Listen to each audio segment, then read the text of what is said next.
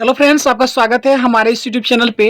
जैसा कि आप सबों को पता होगा कि एडिटेरिया ने करंट अफेयर्स लॉन्च कर दिया है और बिहार में बहुत ही इस करंट अफेयर्स का मैगजीन का काफ़ी क्रेज है यहाँ पे।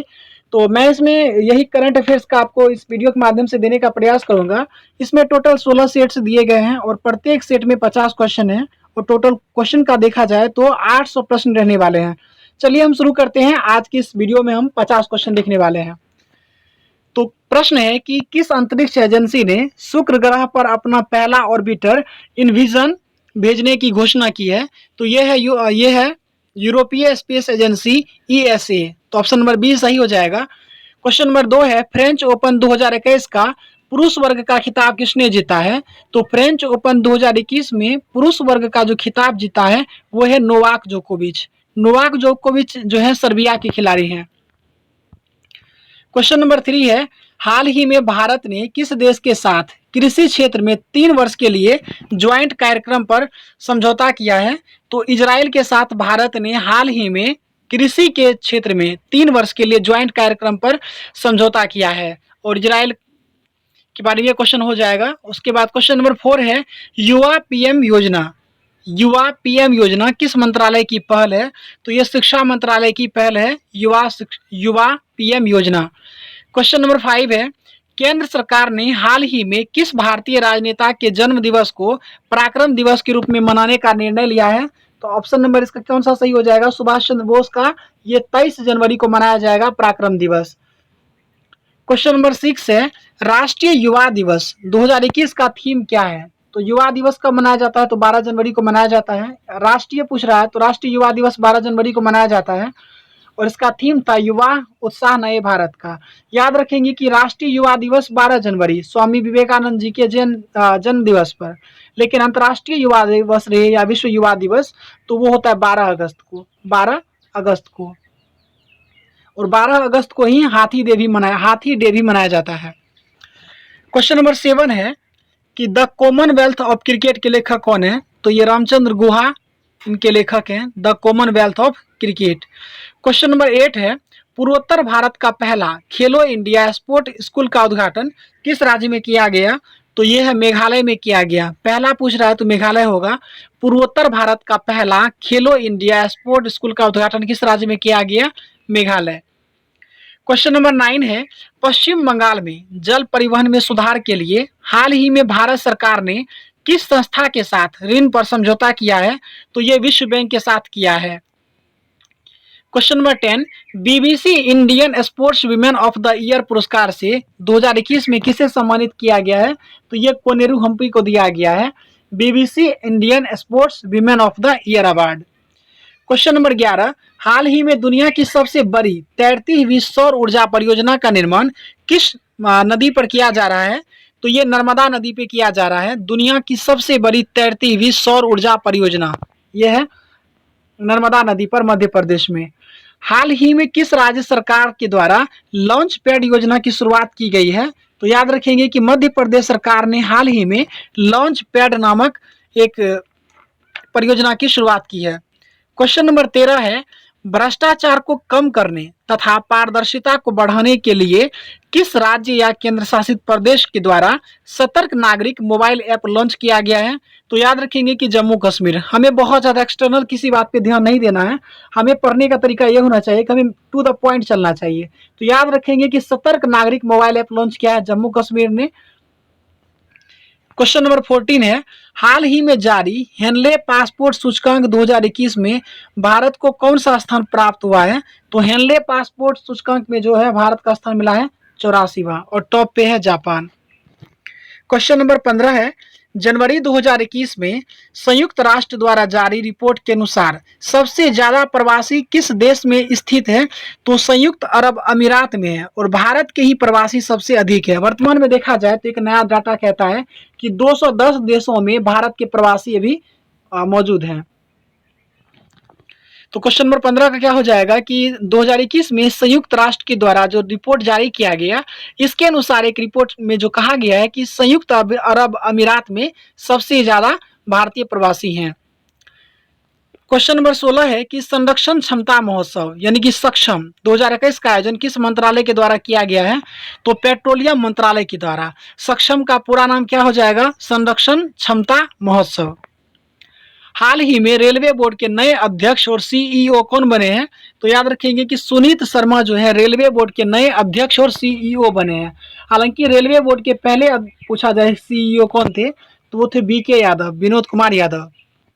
क्वेश्चन नंबर 18 देखेंगे, देश में खिलौनों के निर्माण में के विकास को बढ़ावा देने के लिए किस मंत्रालय के द्वारा टायकथॉन 2021 की शुरुआत की गई है? तो याद रखेंगे कि इसमें स्मृति ईरानी और रमेश पोखरियाल निशंक का काफी योगदान था। तो ये तीनों मंत्रालय इनका सही हो जाएगा।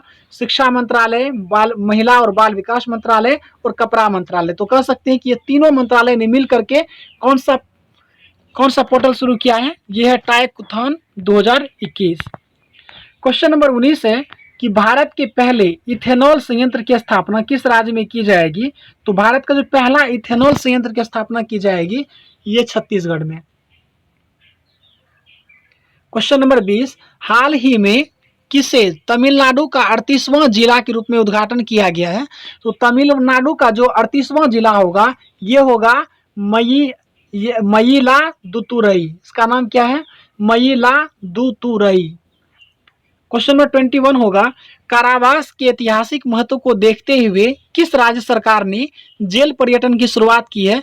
तो महाराष्ट्र सरकार ने जेल पर्यटन की शुरुआत की है। क्वेश्चन नंबर 21, किस रेलवे जोन ने 3.5 किलोमीटर लंबाई की सबसे लंबी मालगाड़ी वाशिकु को लॉन्च किया है? तो इसका सही जवाब हो जाएगा दक्षिण पूर्व मध्य रेलवे। तो इसमें 2-3 फैक्ट आपको याद रख लेना है कि ये जो है मालगाड़ी होने वाला है और इसका नाम क्या है? वासुकी है। इसकी लंबाई कितनी है? 3.5 किलोमीटर। और इसे किस जोन ने लॉन्च किया है? दक्षिण पूर्वी मध्य रेलवे। क्वेश्चन नंबर 23 है, देश का सबसे बड़ा मल्टी मॉडल लॉजिस्टिक पार्क किस शहर में स्थापित किया गया? तो देश का सबसे बड़ा जो मल्टी मॉडल लॉजिस्टिक पार्क स्थापित किया गया ये गुजरात के शहर अहमदाबाद में स्थापित किया गया। हाल ही में भारत के किस पड़ोसी देश ने राष्ट्रपति और प्रधानमंत्री को गिरफ्तार कर वहां की सेना ने तख्ता पलटकर 1 साल के लिए आपातकाल की घोषणा की? तो इसका सही जवाब हो जाएगा म्यांमार। हालांकि माली में भी कुछ इसी तरह का कंडीशन हाल में देखने को मिला था। क्वेश्चन नंबर 25 है, योवेरी मुसेवेनी हाल ही में किस देश के राष्ट्रपति बने हैं? तो युगांडा के राष्ट्रपति बने हैं योवेरी मुसेवेनी। क्वेश्चन नंबर 26 है, हाल ही में गुलाम मुस्तफा खान का निधन हो गया, उनका संबंध किस क्षेत्र से है? तो याद रखेंगे कि शास्त्रीय संगीत से संबंध था गुलाम मुस्तफा खान का। क्वेश्चन नंबर 27, हाल ही में किन 2 देशों के बीच वायुसेनाओं के बीच एक्स डेजर्ट नाइट 21 का आयोजन किया गया? तो ये भारत और फ्रांस के बीच हुआ है और ये वायुसेना का था और ये जोधपुर राजस्थान में हुआ था। ये क्वेश्चन नंबर 28, निम्नलिखित में से किस व्यक्ति को डॉक्टर एपीजे अब्दुल कलाम वैज्ञानिक पुरस्कार 2021 दिया गया है? तो यह अमित केसरवानी को दिया गया है। डॉक्टर एपीजे अब्दुल कलाम वैज्ञानिक पुरस्कार 2021 किसे दिया गया है? डॉक्टर अमित केसरवानी को दिया गया है।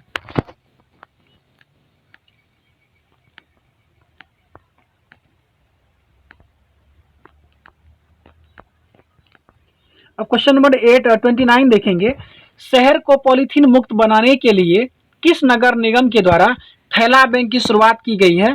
तो लखनऊ नगर निगम ने थैला बैंक की शुरुआत की है। क्वेश्चन नंबर 29 का ऑप्शन नंबर ए सही हो जाएगा उत्तर। गृह मंत्री अमित शाह ने किस क्षेत्र के लिए सिंगल विंडो क्लियरेंस सिस्टम की शुरुआत की है?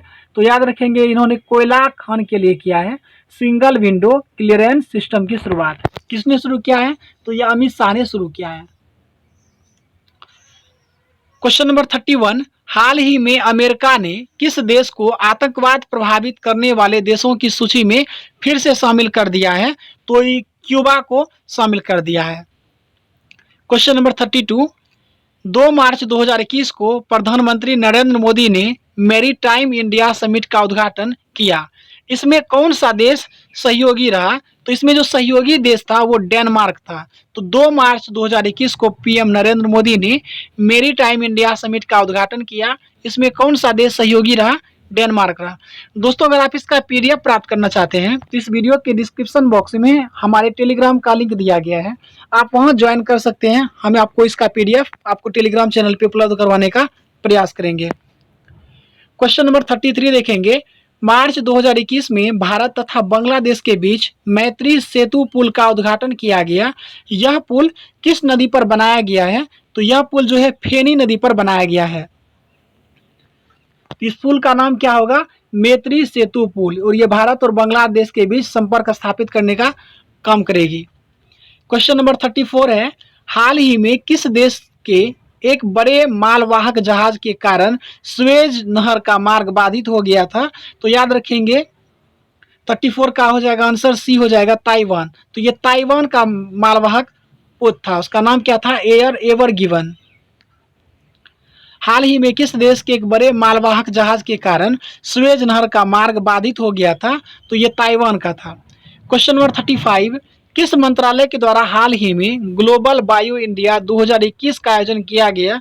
तो सही जवाब हो जाएगा इसका विज्ञान और प्रौद्योगिकी मंत्रालय। तो ऑप्शन नंबर सी सही हो जाएगा।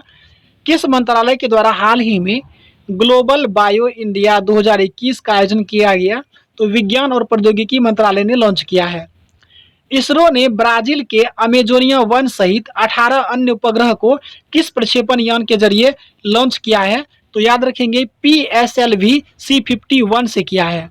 इसरो ने ब्राजील के अमेजोनिया 1 सहित 18 अन्य उपग्रह को जो प्रक्षेपित किया, उस लॉन्च पैड का नाम क्या था? PSLV C51 होगा ये। क्वेश्चन नंबर 37 है। इंडियन सुपर लीग 2020-21 की विजेता टीम कौन बनी है? तो ये है Mumbai city FC। Indian super league 2020-21 की विजेता टीम कौन बनी? Mumbai city FC। 38 नंबर का क्वेश्चन है। ऑल इंग्लैंड बैडमिंटन चैंपियनशिप का खिताब किसने जीता है? तो यह ली जी जिया। 38 का आंसर हो जाएगा B. All England badminton championship का खिताब किस पुरुष खिलाड़ी ने जीता है? ली जी जिया। T20 इंटरनेशनल में भारत के लिए सबसे ज्यादा विकेट लेने वाले गेंदबाज कौन बने हैं? तो ये है यजुवेंद्र चहल। T20 इंटरनेशनल में भारत के लिए सबसे ज्यादा विकेट लेने वाले गेंदबाज कौन बने हैं? यजुवेंद्र चहल। Question number 40। हाल ही में भारतीय रिजर्व बैंक ने किस बैंक पर 2 करोड़ का मौद्रिक जुर्माना लगाया है? तो याद रखेंगे ये HDFC बैंक पर लगाया है। हाल ही में भारतीय रिजर्व बैंक ने किस बैंक पर 2 करोड़ का मौद्रिक जुर्माना लगाया है? HDFC बैंक पर। तीरथ सिंह रावत के इस्तीफे के बाद उत्तराखंड के मुख्यमंत्री का पद किसने संभाला?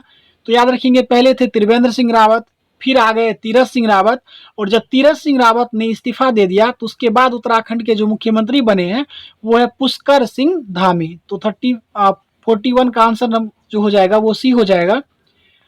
Question number 42। महाराष्ट्र सरकार ने किस प्रसिद्ध गायिका को वर्ष 2020 का महाराष्ट्र भूषण प्रदान करने की घोषणा की है? तो इसका सही जवाब हो जाएगा आशा भोसले। महाराष्ट्र सरकार ने आशा भोसले को महाराष्ट्र भूषण प्रदान करने की घोषणा की है। क्वेश्चन नंबर 43 है। देश का पहला पूरी तरह से विद्युतीकृत रेलवे जोन कौन सा बन गया है? तो यह पश्चिमी मध्य रेलवे। देश का पहला पूरी तरह से विद्युतीकरण रेल जोन कौन बना है? पश्चिमी मध्य रेलवे। और 2023 तक जो है ब्रॉड गेज को 100% विद्युतीकरण करने का लक्ष्य रखा गया है। क्वेश्चन नंबर 44 है। जम्मू कश्मीर में दुनिया का सबसे ऊंचा रेलवे आर्च ब्रिज का निर्माण किस नदी पर किया गया है? तो चिनाब। जम्मू कश्मीर में दुनिया का सबसे ऊंचा रेलवे आर्च ब्रिज का निर्माण चिनाब नदी पर किया गया है। Question number 45। किस देश में भारतीय इंदिरा गांधी संस्कृति केंद्र द्वारा संस्कृत लर्निंग ऐप लिटिल गुरु को लॉन्च किया गया? तो बांग्लादेश में। याद रखेंगे कि लिटिल गुरु को जो लॉन्च किया गया बांग्लादेश में। क्वेश्चन नंबर 46 है। चीन पर निर्भरता को कम करने के लिए भारत ने किस देश के साथ SCRI पहल की शुरुआत की है? तो याद रखेंगे कि ये जापान और ऑस्ट्रेलिया दोनों के साथ मिलकर किया है। चीन पर निर्भरता को कम करने के लिए भारत ने किस देश के साथ SCRI पहल की शुरुआत की है? जापान और ऑस्ट्रेलिया के साथ मिलकर के। Question number 47। हाल ही में लॉन्च की गई पुस्तक all time favourite for children, पुस्तक के लेखक कौन है? तो ये रस्किन बॉन्ड ने लिखा है। पुस्तक का नाम है all time favourite for children, Ruskin bond ने लिखा है। क्वेश्चन नंबर 48 है, किस केंद्र शासित प्रदेश ने PASA एक्ट हाल ही में विवाद का विषय रहा? तो 48 का आंसर हो जाएगा लक्षद्वीप। किस केंद्र शासित प्रदेश में PASA एक्ट हाल ही में विवाद का विषय रहा? तो लक्षद्वीप। और टीबी से मुक्त होने वाला पहला यूटी है लक्षद्वीप, और अंडमान निकोबार जो है वो कोरोना से मुक्त होने वाला पहला यूटी है।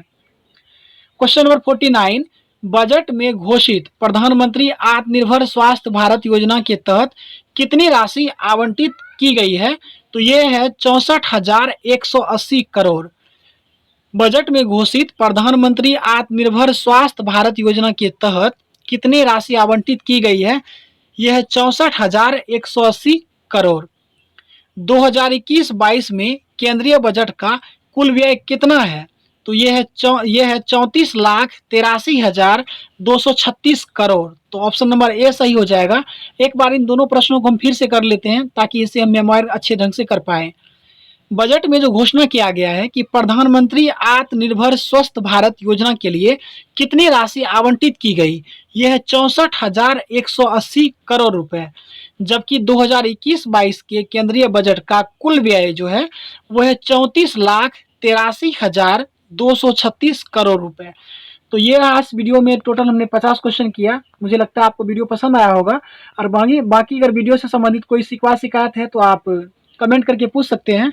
और बाकी वीडियो में पूरे जुड़ा रहने के लिए आपको धन्यवाद। मिलेंगे आपको अगले वीडियो में, तब तक आप लोग अपना ध्यान रखें।